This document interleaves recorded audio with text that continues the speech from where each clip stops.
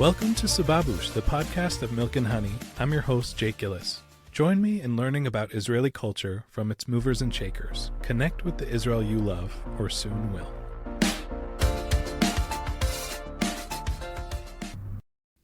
Welcome back to Sababoosh, the podcast of Milk and Honey. For so many young Israelis, finishing the army isn't just the end of one chapter, it's the beginning of another. Within weeks of trading uniforms for backpacks, thousands set off across South America, India, the Far East, or even closer to home, searching for freedom, identity, and even healing. What is it about post-army travel that makes it such a defining rite of passage in Israeli life, and what does this journey reveal about Israeli culture itself? Today on Sababoosh, we're diving into one of the most iconic rites of passage in Israeli life, the post-army backpacking trip. To help us unpack this cultural phenomenon, we're joined by Professor Chaim Noy. His doctoral research examined the travel narratives of Israeli backpackers. Professor Noy is the chair of the School of Communications at Bar-Ilan University, now in his fifth year in that role. He previously served as chairperson of the Israeli Communication Association, and before that, spent several years as a tenured associate professor at the University of South Florida. He currently lives in Jerusalem with his spouse and two daughters. Professor Noy brings both academic expertise and personal perspective to this fascinating conversation. Professor Noy, thank you so much for coming on Sababoosh. It's a pleasure to be here. Thank you for inviting me. Really a pleasure. I'm really excited to dive into post-army backpacking, post-army travel with you.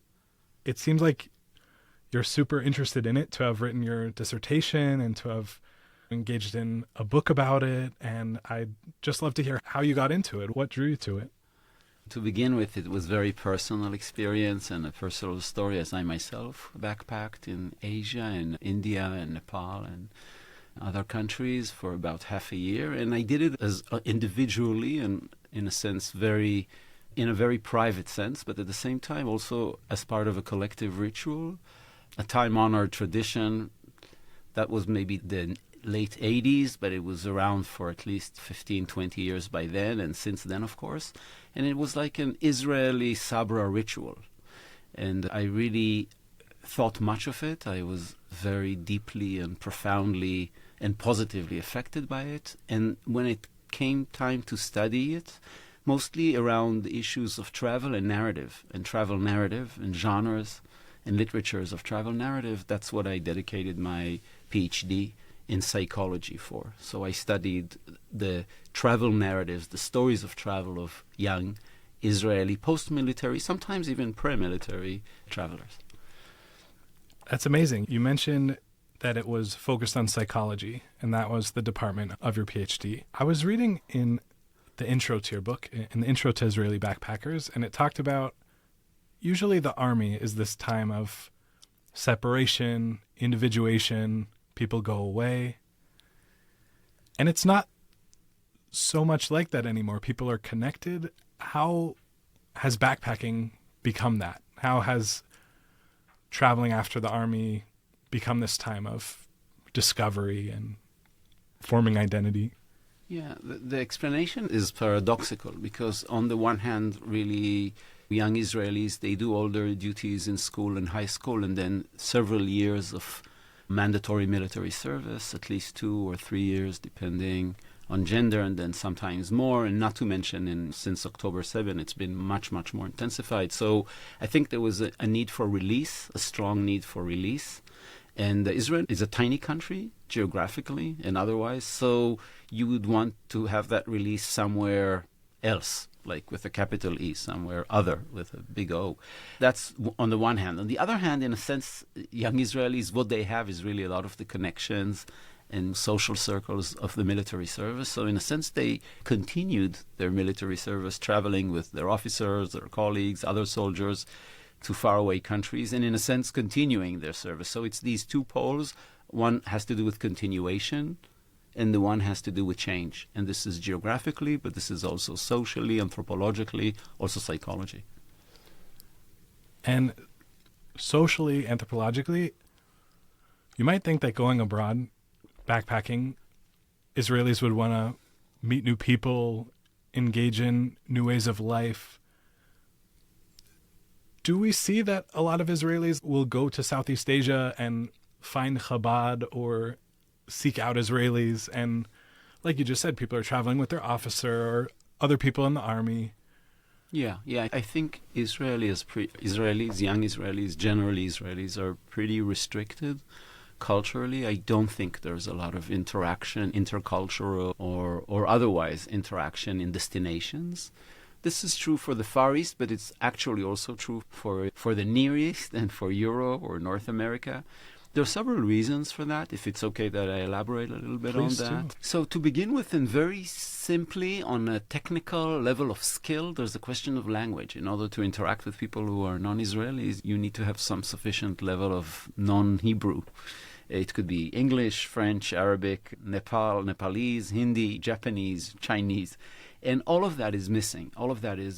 And gradually more and more, increasingly more, you could see the international tests that young Israelis in school take for levels of English. I know it because I'm a university professor, and we receive and admit young Israelis who want to study, and the levels of English have deteriorated to a degree that now, from the government through the Moatza Le'Haskala Gvoha, the governing institution of all universities, now, since 2 years ago, all students in Israel must take 2 mandatory classes in English while studying their undergraduate studies. And this is recent because simply the level of skills of conversational English, we're not talking about Shakespeare, we're talking simply, is very low. And that's a very technical and simple, restriction on how they can manage to interact with either British people in England, in Britain, or with British people or Australian people or wherever in Nepal or in Thailand or in South America. So that's one thing. And just to mention, I teach and I chair a department of communication. And in communication, it's much more colorful how the lack of other languages, or some of them who have other languages, what an advantage is. But it's not just advantage on the individual level of skill, language skill, it's also an intercultural advantage. It's the ability to open up, and this is the second explanation. It's the ability and the will to open up to hear what people who come from different parts of the world, the southern hemisphere, or what they think about us, what we think about them, to negotiate, to talk, to listen, to voice. So these 2 explanations, one of them is more technical, has to do with the level of English. The other is more like culture, being culturally open and being able to absorb and to negotiate and to discuss and to be in dialogue. These are 2 different explanations, but both of them end up in the fact that Israelis are pretty confined to Israelis. So then what is the essence of the trip? What are the goals of the trip? You mentioned that earlier, said it's very important to be in another place or somewhere else. What are those goals? If it's not to engage with the rest of the world, engage with people of different cultures. It's not to engage with different cultures, and because the overwhelming majority of travelers do not travel in guided groups, there is also no formal availability to learn about foreign cultures. If you travel in a guided group, so maybe you were in Nepal, you didn't interact with too many Nepalese, but you had a guide, maybe a local guide, and you learned about the culture, the history, so on. Backpackers usually don't do that. That's part of the myth of counterculture and the hippie myth of not doing it guided, not doing it institutionally. But I think there is some sense of Meshaneh Makom, Meshaneh Mazal, maybe, in a sense of I'm going somewhere, and somewhere far away and somewhere else. So that's part of it. Part of it is really being away from the tight circles characterizing Israeli society. We're not talking about the circles we mentioned before, which is friendships, military, this is a very militarized society, so a lot of military. That does travel with us. But what doesn't travel is mostly family circles. So we have a chance to leave the family and take a break from the family. And for those who listen and are not familiar with Israeli society and Israeli culture, family is a big deal in Israel for various reasons, tradition, religion, and other reasons. And I think compared to any other Western culture, if Israeli culture is Western, then the idea of family, of children, of putting the child first, the family first, that's really big and really strong. So traveling away by oneself, or even with the same cohort, like peer, but not with family, I think that's one of the big things that's happening, particularly maybe for young women travelers, where family pressures and norms are even stronger than for men. for young men, because women traditionally in more traditional societies are under such pressure. So I think there also a gender aspect here relating to young women and their ability to leave for several weeks, several months, even longer, the types of norms associated with what are expected of a young Israeli woman, whether traditional, Masorati, or secular, and so on. We'll definitely explore more about the trip itself. I'm curious, though, afterwards. In America and other countries, after high school, someone chooses, I'm going to study psychology. Right away, at the age of 18, they're making that decision. Whereas Israelis, going to the army, traveling a few months, maybe a year, are people thinking about that? Are they having in mind what their plan is? How do they return and suddenly they have a path, or maybe a lot of people don't have that path? I would go for the second option. A lot of people don't have that path. And I would return to what I said about family connection, ties, norms, expectations. You mentioned the United States. It's true for the United States. I imagine Canada, or imagine also the EU, in a sense that you leave home, and if you're in the West Coast, you can be somewhere that's a few hours flight from home. And 18 is the age, like 18. There's a nice Simpson chapter where I think Bart tells his father, you promised me when I'm 18. And Homer says, yes, when you're 18, you're out of the house. And in Israel, there's no such thing. There's no translatable equivalent for 18, you're out of the house. 18, you go and serve the military, which is, it's out of the house, but in a sense, it's much more in the house, in the sense that you're ready to sacrifice your life for the state. And then when you're done with that, maybe you travel. But as far as you can be in Israel, we're in Jerusalem, you can go to Eilat. Not that there's a university in Eilat, maybe there's a campus, but so it's 3 hours drive, 4 hour drives the most. So the distances, it's all connected, I think, eventually to family ties. And then, in a sense, after you've done all of that, I think many of the people who travel, they're not completely sure about what it is they want to do. Traveling does give some time to consider that, to consider the transition, the personal transition, the transition of personal growth, of looking forward, looking at future self, also intellectually, also academically. Do you want to study? What kind of things you want to do? How do you want to develop yourself, to enrich yourself? And still, we find many students. Only yesterday, I was at what is called a Yom Patuach at the university, like an open day, which is a day where we admit students and we talk with them about what they want to study. And many of them are hesitant. They're not sure. They completed the army some time ago. They traveled, and they're not sure what they want to study. Also, in Israel, the undergrad studies are 3 years and not 4 years, as in the United States. It's the European, the German, and the English systems. And it's very specific. You really choose what it is you're going to major in. It's like you choose, I'm going to study communication and economy. It's not like a 4-year general undergrad where you have, you can taste some and you can do pre-law, or pre-med, or so in this sense, it's more challenging for them. The reality of living in Israel, surely in the last 2 years, but even before that, is also very intense, extremely intense, extremely intense. So, yeah, I think part of traveling is giving oneself time to be not in a dangerous place and to be in a place where you could imagine yourself in the future. Maybe I should even say imagine a future and situate yourself variously in it with regards to studying, with regards to occupation, with regards to friends or family. So it's an important time. It was an important time, an important tradition and ritual, rite of passage for many Israelis. I can't say how things are. Maybe we'll get to that later. How things are since October 23. I don't know. I imagine things would change because these are big changes, and changes that affect tourism of the kind of backpacking travel are major things. These are not small things. These are major things. It could be pretty interesting to think about all of the people who received the order to come back to Israel, to be in the army, if they, at a certain point, proceeded, but maybe we'll save that for a bit later. So you've been speaking a lot about family and the family ties of Israelis. Contrasting with your time, with your trip, you said of about a year. Now with the advent of WhatsApp and easy phone calls, do you think are a lot of Israelis disconnecting, or are people updating the family WhatsApp group, sending pictures? Do you see that at all as a balance to strike, or? Yeah, it's a great question, because you would think that the idea that emerged somewhere in the late 1960s and then mostly in the 70s, where you didn't have, not to mention social network sites, but even not cellular connection and remote connection so easily. So you would have a great impact on cellular connection, on digital communication, initially emails.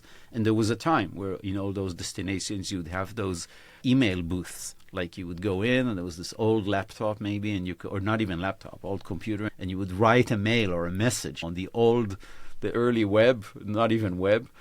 And it's a big question. I would even risk to say philosophical questions of the relations of your physical, geographical place and mobility, and versus, communication, immediate communication, always on, accessibility, so on.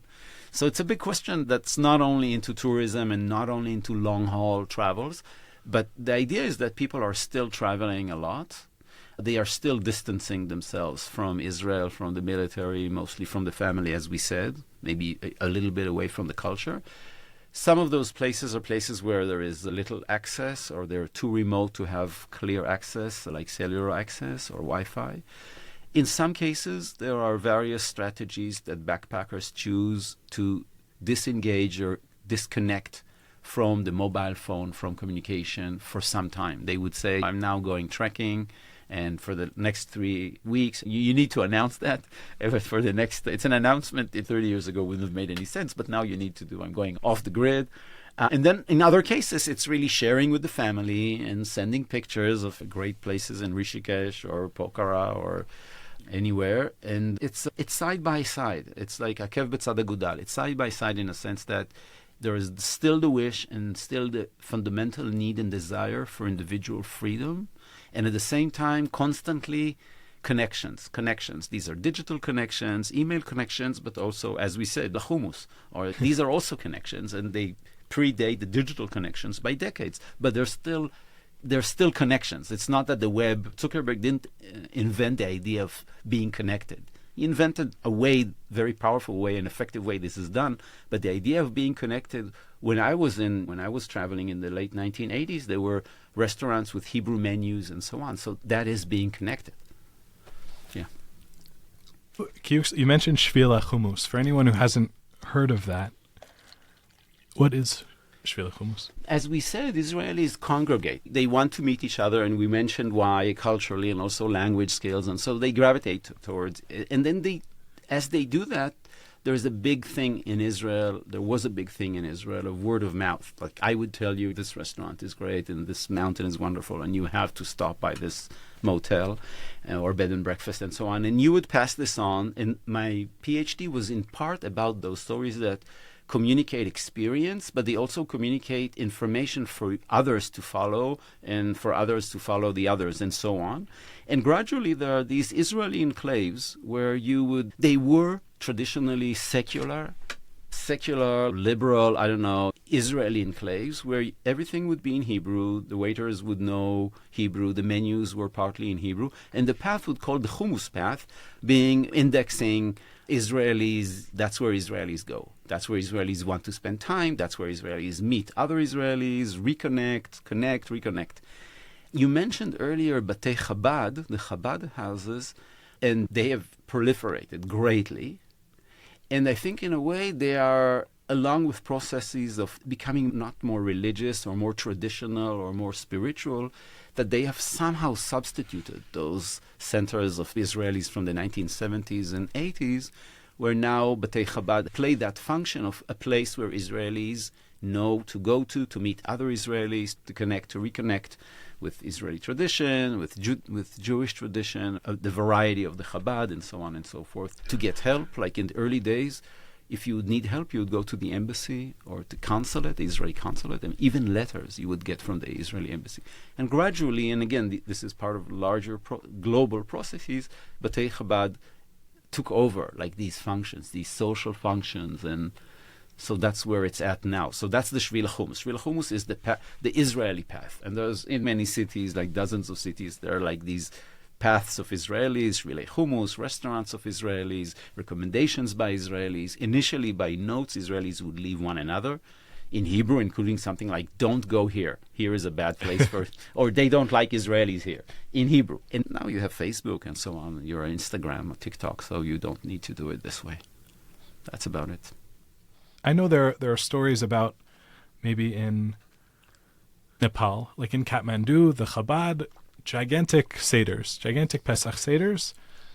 That's a big part of Israeli culture. 90+% of Jewish Israelis participate in a seder. Is that a religious connection? Maybe if someone grew up fairly secular and now they're at Chabad, they have this opportunity. Is there a new relationship with religion?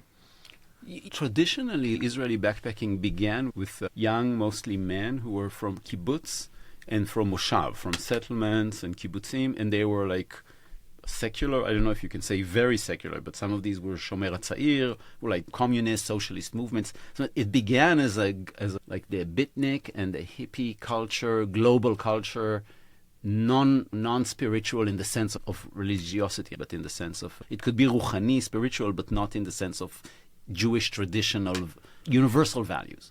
And I think gradually also reflecting things that are happening within Israeli culture and society. Chabad, it's not just outside of Israel.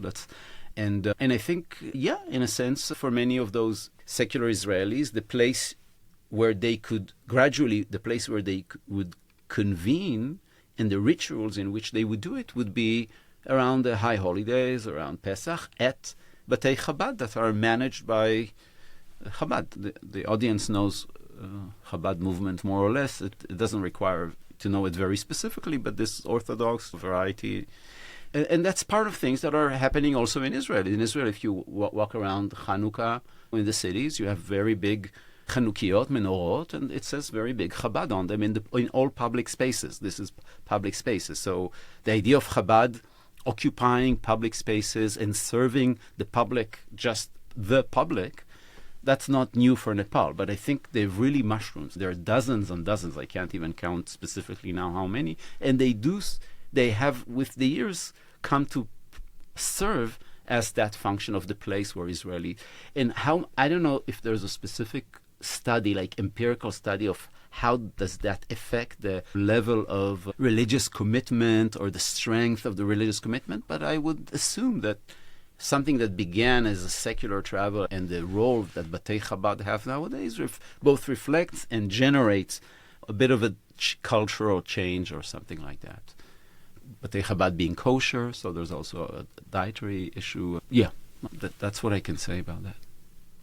I wonder if it also, having the exposure to Chabad, an ultra-Orthodox practice, having that exposure that's so positive, and when they come back, maybe people who weren't as exposed to Orthodox people, hadn't had conversations, do have that interaction with the Chabad rabbi in Rebbetzin or various other people there.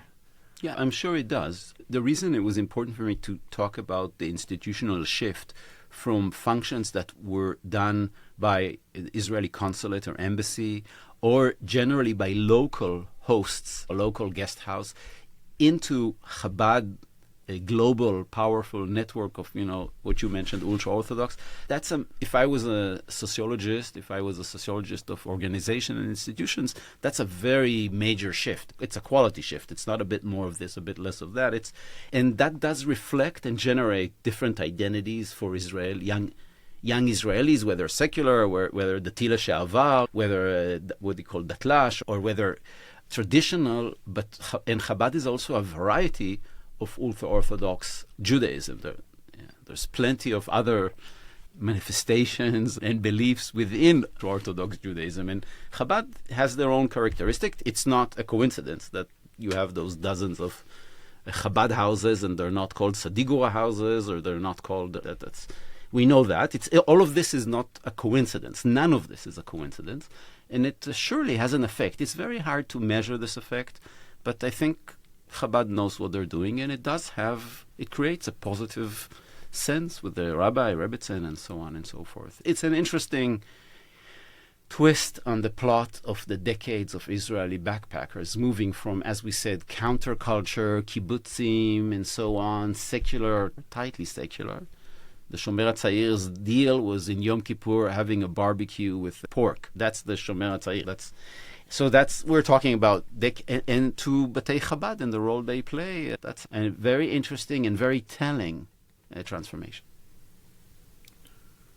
There is the idea within thinking about Jewish peoplehood of leaving Israel as an Israeli and coming back Jewish. So maybe it would be, if someone's listening who wants to maybe do a PhD on such a topic, there's plenty of material. Absolutely, and it sits well with spirituality. And it's also very interesting because Chabad know the role they're playing in these destinations where young Israelis are wandering. Sometimes these young Israelis are in a search for spiritual guidance. What maybe traditionally would be Rishikesh, the Beatles would go to Rishikesh or India. And so now we have maybe Chabad playing a role there, and it's a fascinating Israeli phenomenon. I'm not aware of other people's patterns of travel, long-haul travel, where they have different types of churches, or I don't know what's the equivalent, like variations of religious organizations, Orthodox, scattered around. I'm not familiar with that. There may be a church or two in Kathmandu or in Banaras, but I don't think they function anywhere near the way Batei Chabad have come to function and the role they have come to fill. But then again, it also reflects things that are happening within Israel, within the borders here. So it's not something that's completely an outside phenomena, a touristic outside phenomena. It's also something with Chabad within Israel. There are studies on Chabad, that's for sure. But it's really interesting what you mentioned about asking about Chabad's changing role within Israeli long-haul backpackers, travelers who are still mostly from the kind of mainstream, I don't know even if the word is secular, but mainstream, non-ultra-Orthodox, not even Orthodox society. So, yeah, absolutely. I'm willing to guide PhDs on the field. Amazing. So that got me thinking about, you mentioned in your dissertation, you were focusing on narratives, actual stories from backpacking trips. Did anything surprise you? You had your own experience. You had spoken with a lot of people who did backpacking, but really engaging with the stories of people. Did anything go against what you're expecting, or? Wow, we can go for that for days. So I really had a great time doing a PhD on it's called like narrative analysis or stories. And I was then in psychology, but really it was then called narrative psychology, but eventually it's not a coincidence that I found myself in a department of communication, because narratives are maybe first and foremost, or at least among the rest, like forms of communication, telling stories. And I'm a son of, my father is a very renowned folklorist, was a very renowned Jewish folklorist. So the folkloric tradition of telling stories, of storytelling. He got his PhD in 1954 from Bloomington, Indiana, which was the only place in the United States where you could get a PhD in folklore. And then he came back, and he was, for decades on decades, a professor of Jewish folklore at the Hebrew University. He established all the folklore departments in all the universities in Israel, got the Pras Israel, Israeli Prize, and so on and so forth. Wow. So there's a story about telling stories and listening to stories and analyzing stories. Not that I'm comparing. There's no comparison whatsoever, but I also took the way of listening to stories. These are travel stories. These are stories of people who are on the travel, who talk about travel. So that was fascinating. What was surprising about it, there were several things that were surprising. First, we already touched about it. There was very little interaction with the non-Israelis. So that was quite interesting. I initially didn't expect that. I thought they would meet people from USA, from Canada, from Europe, and there was very little of that. In terms of stories and voices, as we can call it, voices, Michael Bakhtin had a theory about dialogues and voices, polyphony and voices. There were very little voices or echoes or traces of voices from outside the community of Hebrew-speaking Israelis. That was, and there were no Chabad voices, apropos Chabad. I mean, that wasn't That was non-existent then. So that was part of interest. And another surprising thing was that I was expecting long stories, like long, coherent narratives of travel, of adventure, of hiking, of mountain passes, of authentic, exotic, interesting, stranging interactions. And actually, very few of those were there. Mostly these were like vignettes or like short stories, small stories of anecdotes, rather than a big story. And that's something that later I developed. And I think later the narrative disciplines within the academic universe, within the academic world, they also gradually, around the 1990s, 2000s, understood that what we're looking for is not the grand stories of biographical life or even of travel, but the small stories, hidden or cornered or banked, and how these small stories may or may not comprise a larger story. And so I mostly was surprised by the fact that really it wasn't those grand stories of travel, like the ones you read, the authors of Europe and North America of the 19th and maybe 20th century. And it was mostly like smaller stories, much smaller stories of encounters with people and encounters with nature. And that too was surprising for me. I would say just very quickly one or two more interesting, surprising. The issue of authenticity was very interesting in terms of narrative, because tourism and travel is a lot about being in authentic places. These places could be remote, but these places could also be London or Tour Eiffel in Paris. But the authenticity is the idea that you're actually there in reality.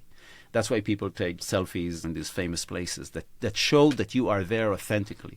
And that was also a very interesting thing to read about or to listen to narratively in terms of authenticity. There's plenty of other things I would love to talk about in terms of the research itself, but I'm restricting that answer for now. And I would love to hear about it, and I wish that we weren't restricted by the time, but what a deep topic that has so many different components, and it's been really a pleasure to hear about it. Let's go into the tea mode, and I'll ask you a bit about some of your favorite things. Okay. If that's all right. It's a challenge for me, but I'll try to be spontaneous. Okay, great. Favorite Israeli food? I'm vegan. My daughters have made me and the house itself vegan in the last more than a decade. It's been a long time. It's very easy to be vegan. Here, I mean, in Jerusalem and generally both in terms of Israeli food and Palestinian food, in the sense that hummus, tahina, salad, all of that is fine. Falafel, I just had falafel today. I had an early falafel at about 1 p.m. in Ben Yehuda, so falafel is fine. There's a lot of, I enjoy Jerusalem very much because I do bicycle. I just travel around the city for errands, and when I go to Bar-Ilan, I go to the central bus station, I use my bicycle, and I can go easily to East Jerusalem, Salah ad-Din and the Old City. I go to the ultra-Orthodox neighborhoods. So one place I could get really fresh hummus and tahina. The other place I get chunt. On Thursday, I get chunt, and the chunt you get always has a parve chunt. Parve chunt is never with eggs, so it's vegan, so I love chunt. The special chunt place, it's becoming a little trendy now with chunt tourism, but I love that. So I think these are my favorite foods. Yeah, and also the vegan sandwiches I make myself every morning from a whole wheat pita and some vegetables and some hummus and some good tahina. And favorite Israeli singer or band? Oh, wow. I'm not that. I had a student study communication when I taught at Sapir College. I was a senior lecturer in Sapir College like 15 years ago. And this student was called Omer Havron, and his stage name is Jimbo J. And since then we've been in touch. It was in my birthday, and we and him rapped. I'm not supposed to do this, but I'm gonna do this, right? So we did some of that because I like spoken word, and so I love the things he's been doing earlier on and then later. And I've been in his shows, and the people around him, Nechi Nech, and the people around him, I like very much what they do. That's my first hit on that. Yeah, maybe I'll think of someone like something more like melodic or traditional. For now, that's my first shot. That's a great start. Jimbo J, Ravid Palatnik. Yeah, exactly. They're great.